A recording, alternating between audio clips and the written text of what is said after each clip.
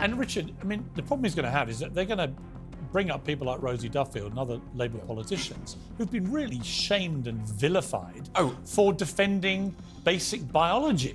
Completely. And what it shows is that actually he's completely out of touch with his core, very socially conservative northern heartlands that he has to win over big time if he is going to get a majority. And he's nowhere near it.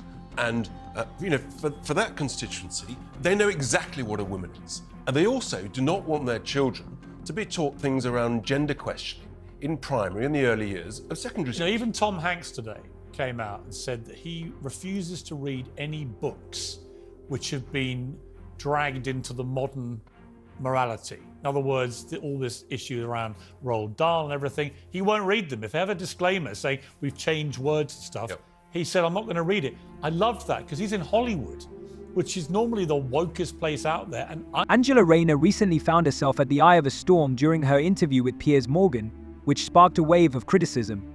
This conflict touched on not just political issues but also vital matters of accountability and communication. Piers didn't hold back, posing sharp and uncomfortable questions, while Angela struggled to keep her head above water amid the mounting pressure.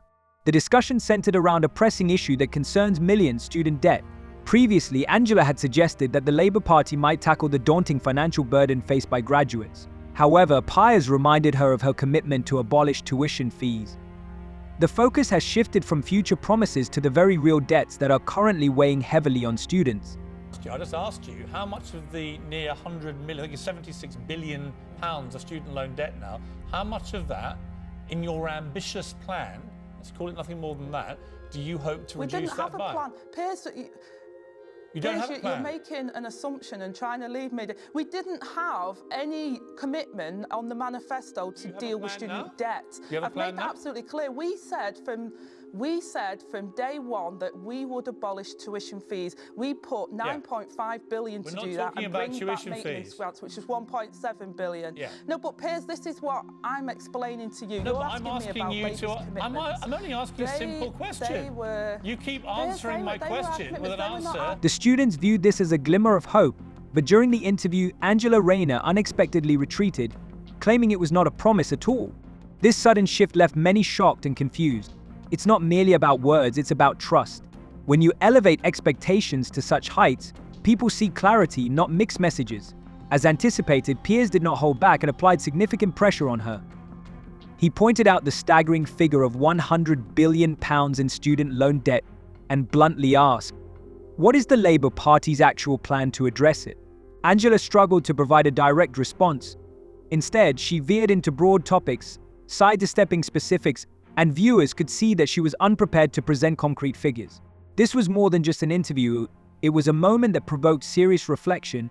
If Angela cannot tackle tough questions now, how will she manage more significant challenges in the future? Let me ask you, in terms of the ambition, we are nearly at £100 billion worth of student loan debt. Can you give me a rough guide to how much of that you, the Labour Party, would like to reduce it by?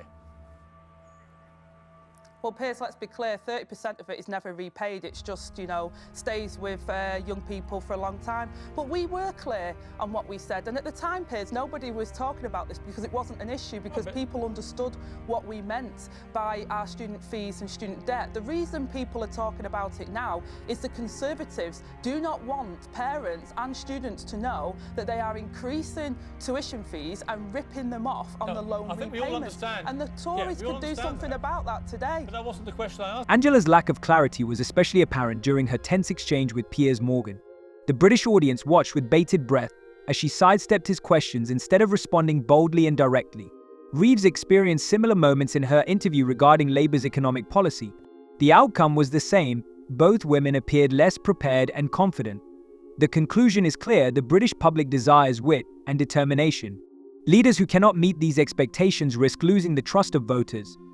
For a party aiming to regain that trust, Angela and Rachel's difficulties in handling the press may be more serious than they realize. Angela Rayner's confrontation with Piers Morgan was not merely a challenging interview, it was a pivotal moment that raised deeper concerns about her readiness for leadership. She struggled to remain calm and focused in the face of Morgan's tough questions. Rather than addressing them directly, she evaded the answers and deflected. The issue wasn't a lack of ideas, but rather their execution. Leadership demands clear and confident communication, especially under pressure. Let me be that's clear. not the question, Angela. We did not commit to removing all of I the know that. debt. I'm not saying you did. We did not commit to that. It was not in our manifesto. So you can ask me questions about it, but that's not what we committed to. I'm actually asking I'm on you your what program today. I've given you an I'm actually asking you. answer, Let me and I wanted to talk about those parents. Let me those try parents one. that Let are me watching try your one. program today Angela, stop that talking. are concerned about childcare. Angela. Well, you're not listening to me, Piers. You Angela, don't listen. let me tell you It's how this works. unfortunate. There's I many ask a parents question. there that want to talk I about ask a childcare. question. You answer the question. It's not a difficult dynamic. You've done this many I times. answered it, Piers. Let me try. How do they intend to address this situation without placing additional burdens on taxpayers? These crucial questions, which concern the audience, went unanswered. This was not a new experience for Rayner. Students had already felt let down by her earlier comments, which appeared to promise relief but were later contradicted.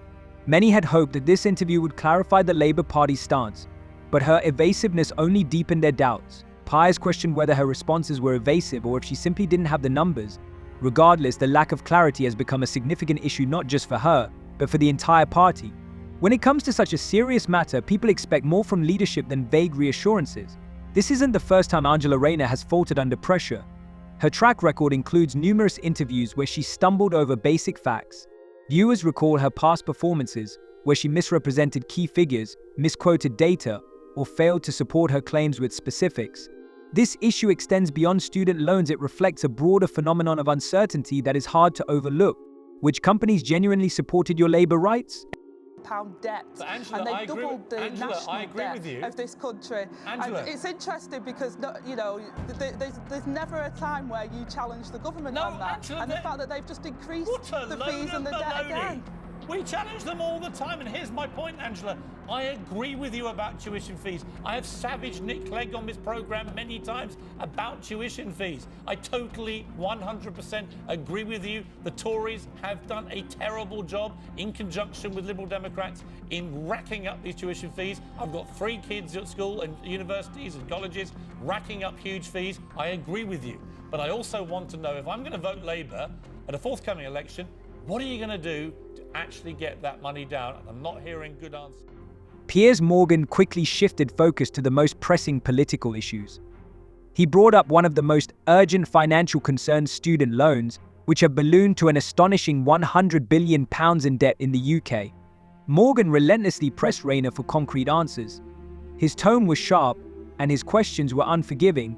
What exactly does the Labour Party plan to do about this? Once again, Angela sidestepped a direct response. Instead, she launched into a lengthy monologue about opportunity, equity, and education reform, but steered clear of providing specific figures. What's the issue? Piers wasn't interested in abstract ideals. He wanted clear and definitive answers. How much does the Labour Party intend to reduce this debt?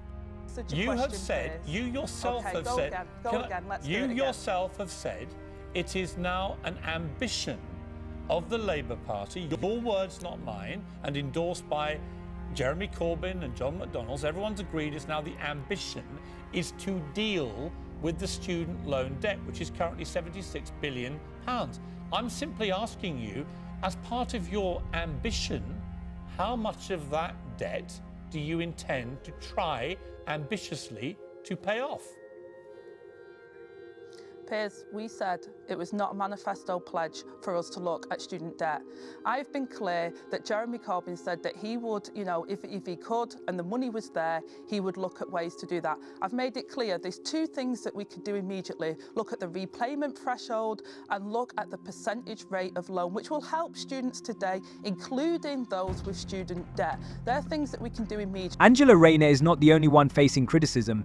Rachel Reeves, the shadow chancellor of the Labour Party, also attempts to make an impact in her interviews. Yet both women fall short of the public's expectations for true leadership. The primary issue is that they both become flustered and confused when confronted with tough questions, rather than providing clear and concise answers. In today's fast-paced world where information spreads rapidly, this is a significant drawback. People expect leaders to respond promptly to inquiries instead of dragging out discussions for 10 minutes.